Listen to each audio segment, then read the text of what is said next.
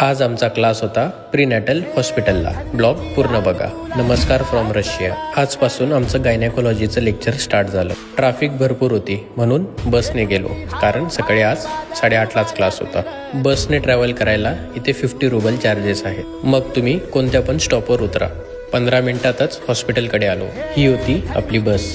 तर हे आहे इथलं प्रीनॅटल मल्टी स्पेशालिटी हॉस्पिटल. आज आमचा गायनेकोलॉजीचा क्लास इथेच होता. आमच्या आधी प्रोफेसर आलेले होते. त्यांची चालू होती आजची प्लॅनिंग. मस्त झाली आपली अटेंडन्स आणि मग झाली टीचिंगला सुरुवात.